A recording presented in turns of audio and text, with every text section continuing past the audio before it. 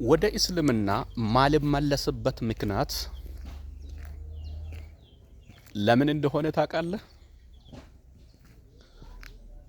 አንደኛና የመጨረሻ ገላትያ ምዕራፍ 1 ቁጥር 6 7 እና 8 እስከ 9 ከሰበክንላችሁ ወንጌል ውጪ ሌላ የሚሰብክላችሁ ቢኖር የተረገመ ይሁን ስለም ወንጌል ስለ ኢየሱስ ነው እንጂ ስለ ሙሐመድ አይደለምና ከወንጌል ውጪ ሌላው ስብከት ወደ ሲኦልና ወደ እሳት ስለሆነ እኔ አብዶ የሚባል ሰው ወደ እሳት መሄድ አልፈልግም፣ በእሳት መጠበስ አልፈልግም። ከ66ቱ መጽሐፍ ውጪ ሌላው ስብከት ወደ ጀሃነም ስለሆነ እኔ ጀሃነም መግባት ስለማልፈልግ እኔ እሳት መግባት አልፈልግም። ተረድተኸኛል? ወደ እስልምና አልመለስም። ማልመለስበት ምክንያት ከወንጌል ውጪ ሌላ ሁሉ ተስፋ ሰጪ አይደለም። እኔ ወደ እስልምና አልመለስም።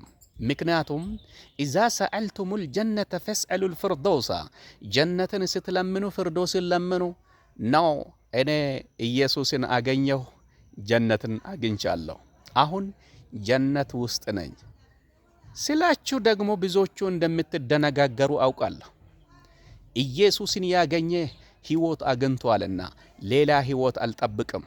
ከዚህ በኋላ የሚጠብቀኝ አዲሲቷ ኢየሩሳሌም ትመጣለች።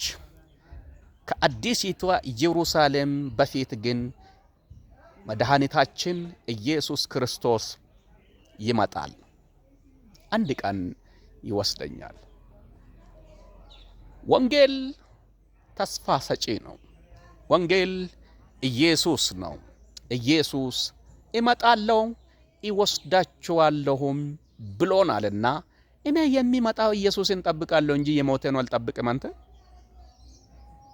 የሚመጣው ኢየሱስ እሱ ይወስደኛል። ሌላው ደግሞ ወደዛም ማልሄድበት ምክንያት ሱራ 46 ቁጥር 9 ነቢዩል ኢስላም ምን ብሎ ነው የተናገሩት?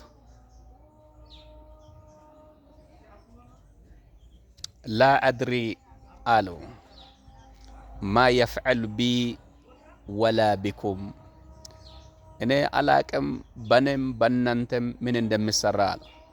ኢየሱስ ግን ያውቃል። እመጣለሁ ይወስዳችኋለሁ ብሎናል። አልመለስም። ምክንያቱም የሞተችን እናት ነው የምትጠብቀው ወይስ ገበያ የሄደችውን እናትን ነው የምትጠብቀው? እኔ የምጠብቀው ገበያ የሄደች ነው። ኢየሱስ ሰማይ ሄደዋል፣ ይመጣል።